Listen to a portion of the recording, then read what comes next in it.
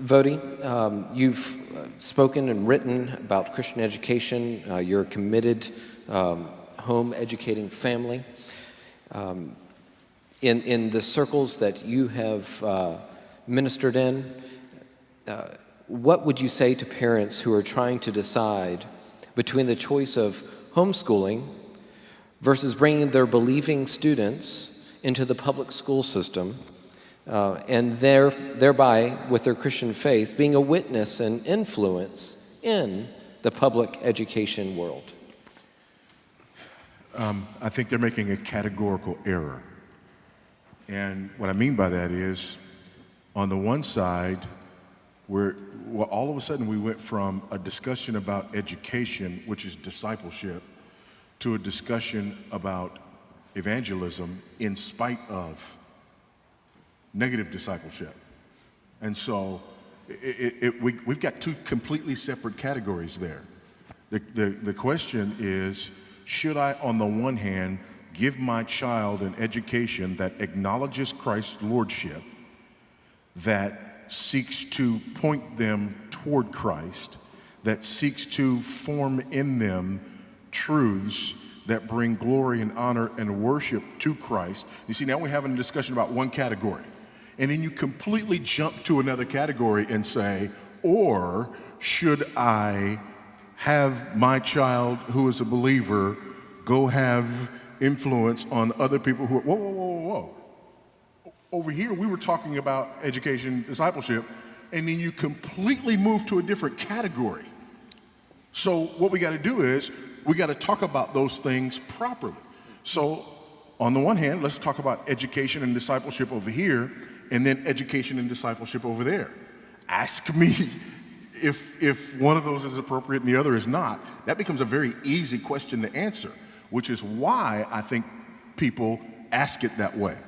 Because we know that if we ask the question about the same categories, should I give my child an education that acknowledges Christ's lordship, points them to Christ's lordship, seeks to form these truths in their life, or should I give them something other than that? That is so easy to answer. So when somebody asks me that question that way, they're telling me that they don't want to answer the most important question. And they've created a false argument between two separate categories that are being held out in competition against one another when they're absolutely not. Because if they ask me, should I give my child a Christ-honoring education, or should I have my child be an influence on people who are unbelievers? Yes.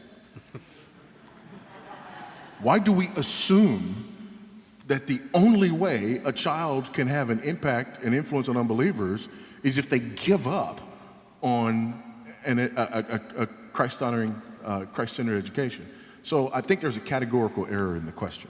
One of the great problems we face here is the economic issue, where you have to pay for tuition in a Christian school, or you can go to the government school for free.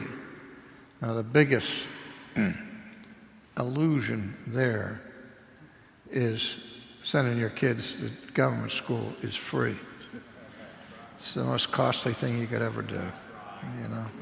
I mean, the first question you have to ask is, how important are my children to me and to the kingdom of God?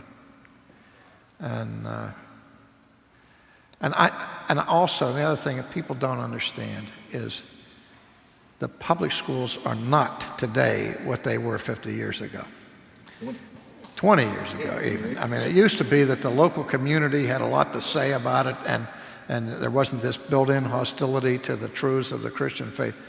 But the government schools today are manifestly opposed to all things Christian. I mean, if you're not reading the paper and see what happens if you try to bear witness to Christ in the public classroom, then you're just, you know, I don't know where you're living or what you're reading. But how in the world you would turn your children over to a pagan establishment for their instruction if you really value the faith and your children's soul at all is just amazing to me. And I know that it really gets people fired up and angry when I say that, but what else can you say? I mean, the choice is so simple, isn't it? If you really care about discipleship.